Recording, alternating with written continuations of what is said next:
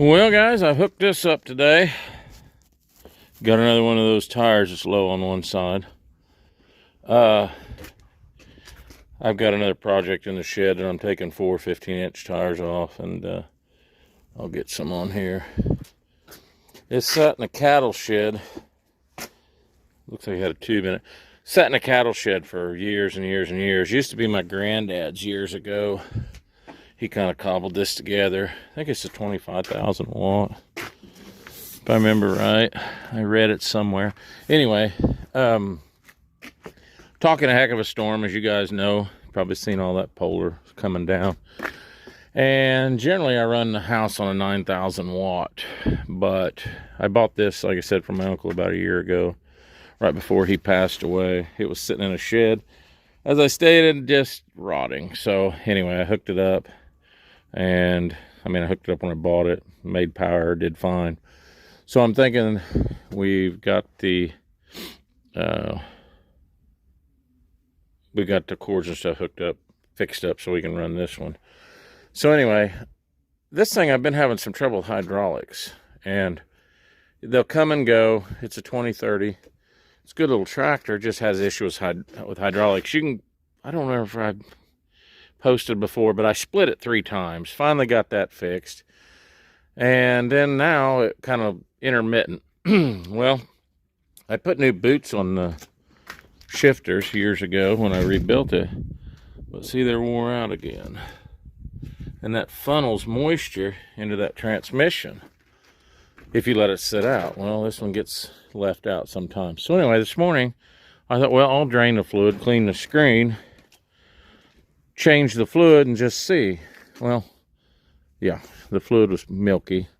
Got the fluid out, cleaned the screen, put fluid back in it, and so far it's got hydraulics at an idle, which it hasn't had for a while. Raising lowers, even at an idle. Everything seems to be working great on it at the moment. So hopefully that fixed that problem. Anyway, I'm going to drag this up and get it out of the way. I'm just going to let you guys know we're trying to get ready for the storm. If we get ready for the storm, we won't have a storm. And that's not always bad. We do need the moisture here. I was hoping we'd get, they're saying, depends on who you listen to, 3 to 5 inches of snow, 1/4 inch of ice first. And if we could get that snow to cover the wheat, they're talking 3 degrees. 3 degrees one night and 5 and 6 a couple other nights. So anyway, if we could get the blanket to cover that, it would probably help us out tremendously.